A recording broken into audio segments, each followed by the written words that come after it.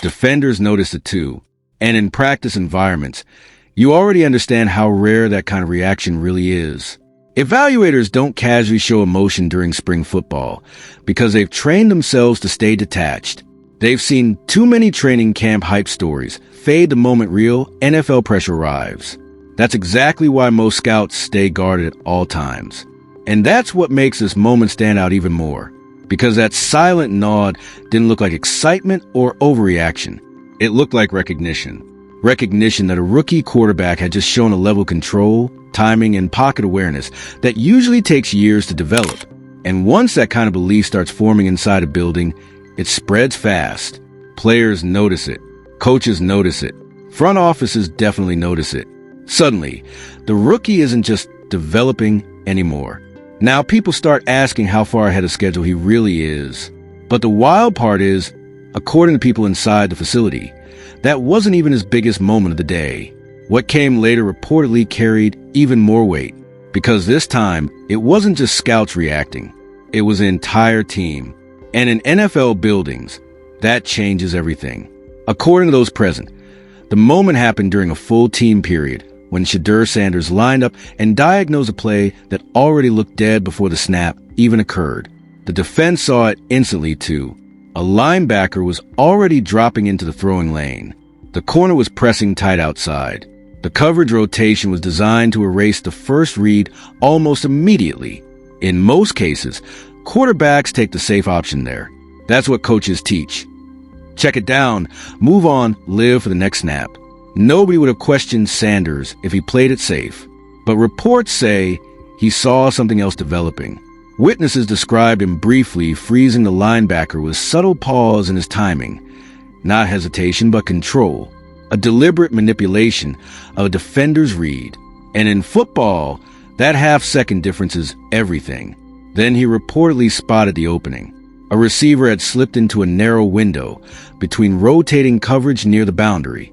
It was the kind of throw most rookies don't even attempt during OTAs because the margin for error is almost zero. If the timing is even slightly off, it's a breakup or worse. But Sanders reportedly released it anyway. Clean spiral, tight window, crossbody delivery. The ball reportedly threaded through the smallest gap before defenders could even react, and the receiver caught it in stride without breaking rhythm. That's when everything shifted. The sideline didn't just react politely. It exploded. Offensive players reportedly reacted instantly because they understood exactly how difficult that throw was. Quarterbacks don't earn real respect through talk. They earn it through moments like that. And according to those watching, that was the moment some players on the Browns offense started seeing him differently. Defensive players are usually the least impressed by anything offensive. They don't celebrate completions. They don't react emotionally. They usually treat every positive play as a mistake they need to fix.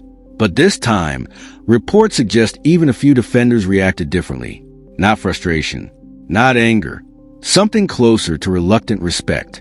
One observer described a defender shaking his head slowly, almost like he knew he had just witnessed something that wasn't supposed to happen that early for a rookie. That's rare, because defensive players see everything clearly.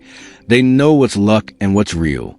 So when they start reacting differently, coaches pay attention immediately, and that's where the entire tone of the quarterback battle reportedly began to shift.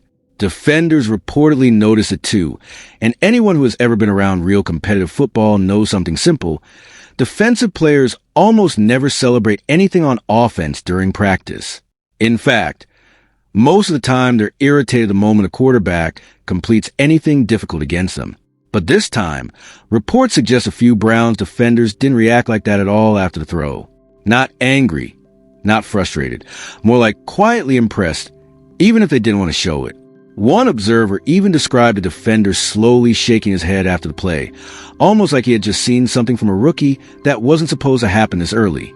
That kind of reaction is rare, because defenders are usually the toughest group in the building to impress. They go after quarterbacks every single day. They expose mistakes instantly, and they know the difference between a lucky throw and a real one. So when defensive players start showing respect instead of irritation, coaches notice it immediately and take it seriously. And that's exactly where the mood around this quarterback competition reportedly began to shift. Not officially, not publicly. Nobody inside the organization was suddenly declaring Sanders the future. But underneath everything, something emotional started to change. Players reportedly began responding to him differently. The energy around practice conversations shifted. Evaluators who walked in expecting a normal rookie learning curve suddenly had new evidence in front of them, forcing them to rethink timelines they thought were already set. Because once teammates start believing in a quarterback, momentum becomes real inside an NFL locker room in a way that can't be ignored. And for Cleveland, that created a far bigger issue than just one strong OTA session. It forced the organization to confront a question they thought was already settled months ago. And the reason this story has now exploded beyond Cleveland is because it connects directly to one of the most debated topics from the entire draft process surrounding Shedeur Sanders. Even before he ever took a snap in an NFL facility, the league was already split on him. Some of the concerns raised were standard football evaluations. Scouts reportedly questioned how quickly he processed pressure against elite defensive speed, while others wondered whether his pocket habits from college would translate cleanly to the NFL level. There were also debates about how much of his production at Colorado came from offensive freedom and volume rather than a fully structured pro-style system. These are normal conversations for any quarterback prospect entering the league. But as the draft process continued, the discussion around Sanders started to feel different. Many analysts and fans began to believe the gap between his actual production and the criticism being thrown at him was unusually wide. Online debates grew louder for months. Some argued teams were focusing too heavily on personality and narrative instead of pure football traits. Others suggested the media spotlight around Sanders, along with his confidence and family name, was influencing how he was being evaluated. There were even claims that some organizations viewed the attention around him as a potential distraction factor. None of that was ever officially confirmed by teams, but the noise was loud enough that it changed the conversation around him completely, especially when other quarterbacks started climbing draft boards ahead of him. People began asking why a player with his arm talent, composure, and production was being discussed so differently than expected. That's exactly why these OTA reactions are hitting so hard now. Because every strong NFL rep immediately reopens the old debate. The moment a rookie starts making veteran-level throws against pro defenses, fans go straight back to the same question. How did multiple teams convince themselves he wasn't worth the risk? And that's exactly what started happening again when reports from Cleveland surfaced. Social media reacted instantly.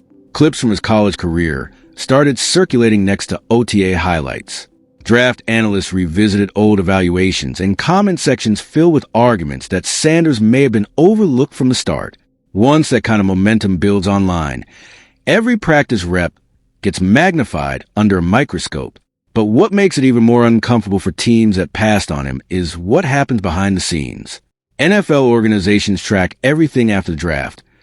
Every throw, every preseason rep, every training camp report.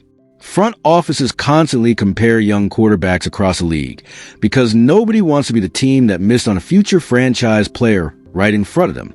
And while no executive is going to admit regret this early, it's hard to ignore how quickly the narrative around Sanders seems to be shifting after just one major practice report, especially when exact traits people questioned during the draft, pocket composure, processing speed, timing, and calm under pressure, are reportedly the same traits he's now being praised for in OTAs.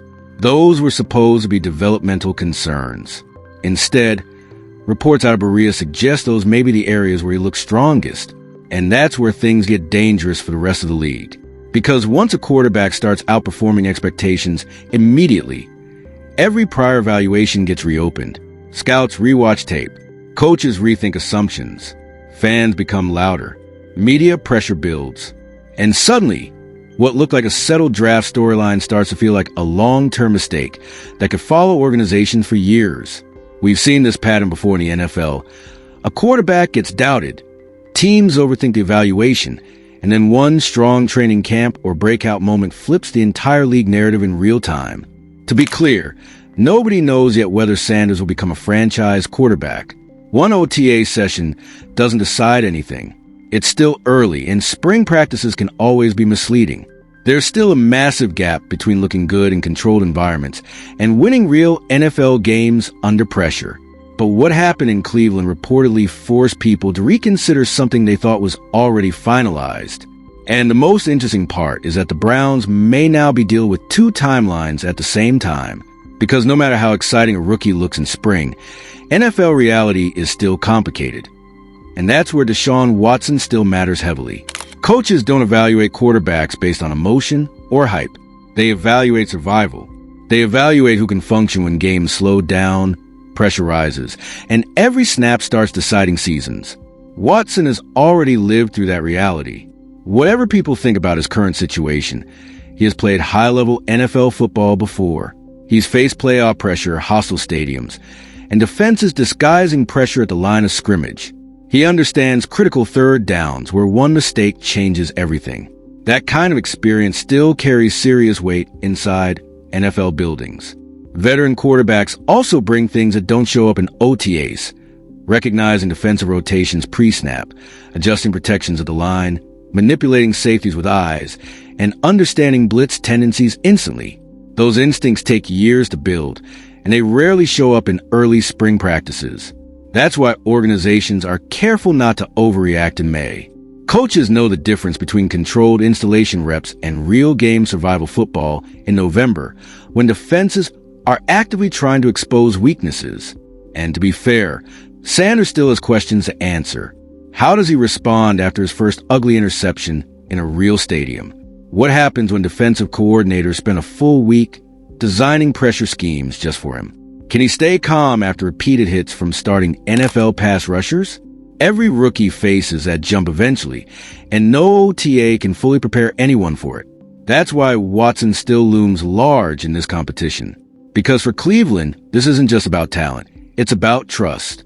Coaches are responsible for wins, locker rooms, and job security. If they believe the veteran give them a safer path early in the season, especially in a brutal division like the AFC North, experience usually wins that argument. But now there's a problem. Reports from Berea suggest Sanders didn't just look good. He looked ahead of schedule. And that changes everything internally. A rookie who flashes talent can be managed. A rookie who repeatedly makes high-level throws in team periods becomes much harder to ignore, especially when teammates start reacting differently and evaluators quietly rethink expectations. That's where quarterback competitions become dangerous. Because once coaches start believing a young quarterback might already handle more than expected, every rep becomes more important. Every practice gets heavier. Every preseason drive feels bigger. The question stops being, when is he ready, and becomes, how soon is too soon?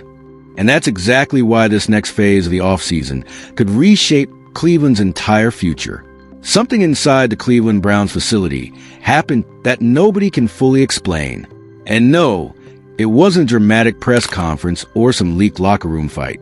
It was quieter than that. Honestly, that silence made it feel even bigger. Because the people who didn't walk away sounding like fans after a preseason game. They sounded like professionals who had just seen a plan suddenly get complicated. Coming into OTAs, almost everyone around the league believed they already knew how this quarterback situation would play out. The script felt locked before the first pass was even thrown. Deshaun Watson was expected to be the established veteran trying to regain control of his career, while Shedeur Sanders was seen as a talented rookie still adjusting to how fast the NFL really moves. That was the expectation. That was the comfortable version of the story. And then Tuesday morning arrived. What began as a normal OTA session reportedly turned into something nobody inside that building expected. Coaches got quieter. Scouts stopped casually talking on the sideline. Even defensive players reportedly reacted differently after certain throws. Not because of luck or hype, but because experienced football minds realized they might have underestimated someone. And the strangest part, the moment that changed everything, wasn't loud at all. It was a single reaction from a veteran evaluator, a scout who has spent decades training himself not to overreact in spring practices, reportedly watched one throw and slowly nodded. That was it. No celebration, no speech. Just a silent nod from someone whose job depends on emotional control. But people who were there said that small moment said more than words ever could, because inside NFL buildings, those reactions matter. Teams spend millions trying to find quarterbacks who stay calm when chaos closes in. Coaches study footwork, mechanics, arm angles, processing speed, pocket awareness, leadership, body language. Every detail gets broken down. And sometimes after months of meetings and scouting reports, a few live reps are enough to make people question everything they believed. That's why this story exploded so fast. Nobody is saying the Browns have made a decision. It's still early. OTAs are not real games. Veterans still matter. Experience still matters. But reports from Berea suggest something shifted emotionally inside that building after Shedeur Sanders stepped on the field for his first real NFL installation practice. And once momentum starts inside an organization, it becomes very hard to ignore.